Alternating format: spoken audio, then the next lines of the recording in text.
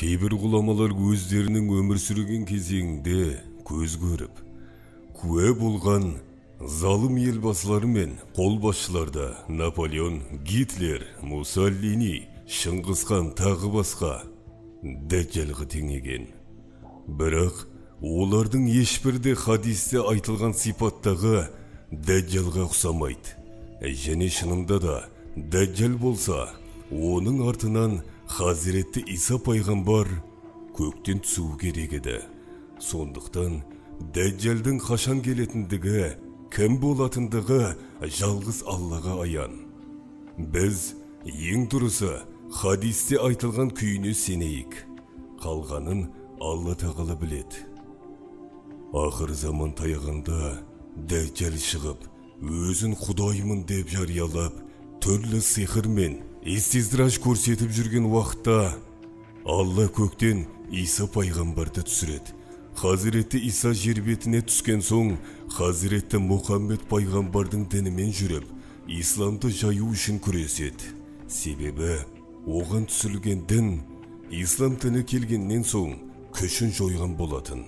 Хазіреті Иса дәджалды өлтіріп, адамдар арасында әділдік орнатады. Хазіреті Иса пайғамбардың ақыр заманда түсетіндігін және не істейтіндігін Хазіреті Мұхаммед саллаллаху алейхи уассалам пайғамбарымыздың мына хадисінен білуге болады. Барлық пайғамбарлар әке жағынан бауыр болғанымен аналары бөлек, бірақ діндері бір. Мен Мәриям ұлы Исаға жақынмын. Өйткені мен оның арасында басқа пайғамбар келмеді. Расында да ол ақыр заманда жер бетіне түседі. Оны көрген кездеріңде мынада ерекшеліктерімен танисыңдар.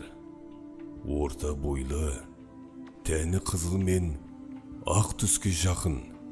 Үсті басы өте таза, шаштарына су тимесе де су тәрізді болып тұрады. Ол айырды, кресті сындырады, шошқаны өлтіреді, жан салығын жояды. Мал дүние көп болып, суда ағады. Адамзатты ислам дініне шақырады. Алла тағала оның кезінде исламнан басқа діндерді жоқ етеді. Ол Алланың қалауымен дәджалды өлтіреді. Ол кезде жер бетінде бейбіт заман орнап, арыстандар түйелермен, жолбарыстар сиырлармен, қасқырлар қойлармен жайлауда бірге жүріп, балалар жыландармен ойнайтын болады. Хазіреті Иса жер бетінде 40 жыл өмір сүргеннен кейін қайтыс болады, және мұсылмандар оның жаназасын шығарып жерлейді.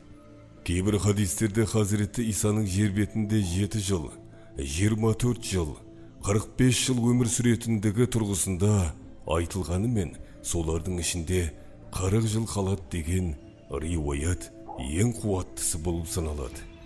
Хазіреті Иса пайғамбардың дәджалды өлтіріп, әділетті үкім орнатқан соң, өзі де өзге адамдар секілді үйленіп, үйлі жайлы болатындығы айтылады. Ғағбатул Ахбардың айтуы бойынша, Хазіреті Иса пайғамбар ұлты араб бір әйелмен отау құрып, одан Мұхаммед, Мұса есімді 2 ұл перзент сүйеді. Жер бетіндегі Алланың берген ғұмыры біткен соң, ол да бақилық болып, Хазіреті пайғамбарымыздың қасына жерленеді. Хазіреті Иса қайтыс болған соң, Алла тағала Шам тарапынан суық бір жел жібереді.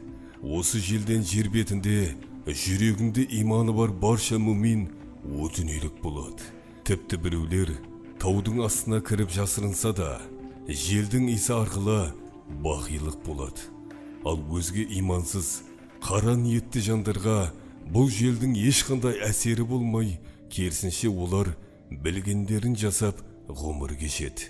Шайтан олардың осында есалаң сәттерін пайдаланып, оларды пұттарға табындырады. Мұның артынан көп ұзамай Исрафил сұрға үрлеп, қиямет қайымның болатындығын Хазіретті пайғамбарымызға айтып өткен. Хазіретті Иса пайғамбардың түсетіндігі жайында айтылған хадистердің саны 30-ға жуық.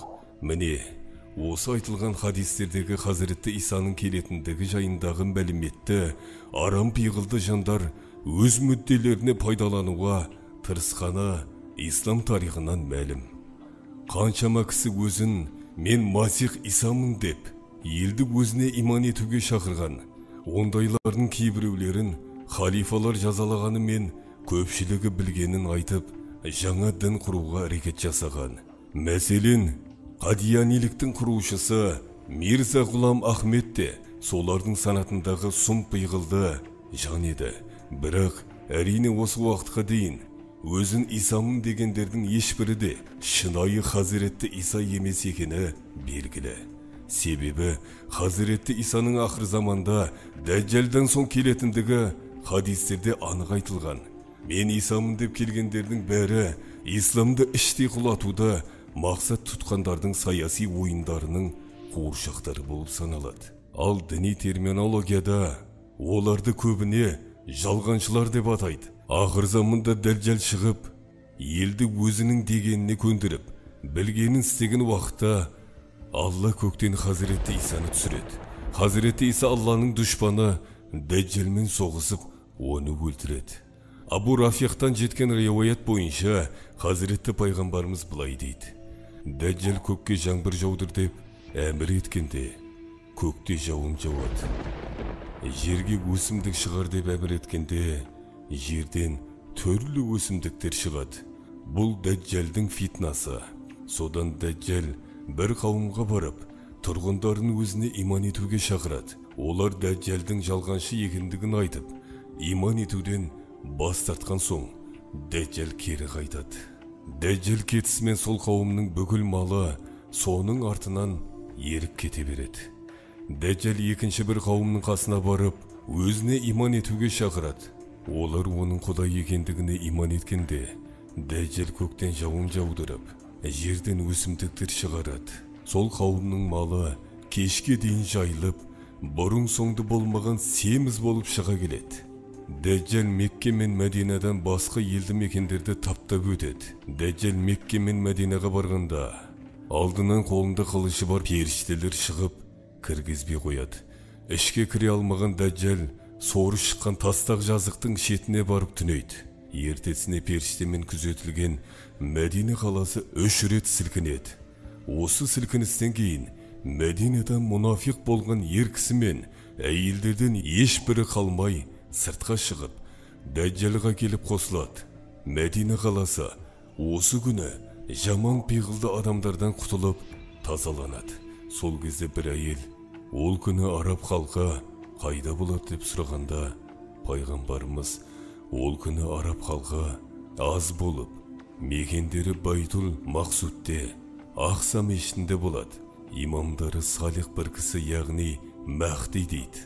Имам Махди жамағатқа таң намазын оқытпақ болып, жамағаттың алдынан шыққанда, Мәриям ұлы Иса таң намазының уақытында көктен түсіп, олардың қастарына барған кезде имам Махди Хазіретті Исаның имамдыққа өту үшін кері қадам жасайды. Сол кезде Хазіретті Иса имамның жауырынның ортасына қолын қойып, алға шық, намазды сен оқыт, өйткені сен үшін қамат айтылды дейді.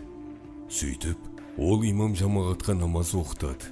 Намазды бітіріп бұрылғанда, Хазіретті Иса, мешіттің есігін ашыңдар.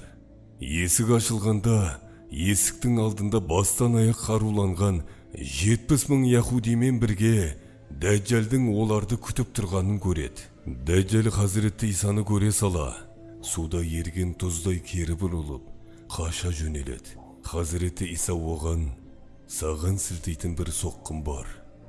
Сен бұл соққыдан еш құтыла алмайсың дейді. Хазіретті Иса оны қуа отырып, Палестинадағы Бабул-Уттың шығыс жағындағы Бабур-Ләмләда жетіп, Дәджәлді өлтіреді. Алла яһудилердің әскерін жеңіліске ұшыратады. Нәтижеде яһудилерге жасырынатын, паналайтын ешбір жер қалмайды. Себебі тау, тас, ағаштар артына жасырынған яһудиді айтып тұрады. Яғни тау, тас, ағаш пен хайуанға тіл бітіп былай дейді: Ей Алланың мұсылман құлы, міне мұнда яһуди жасырынып тұр. Кел, оны өлтір. Тек Гаркат есімді ағаш қана айтпайды.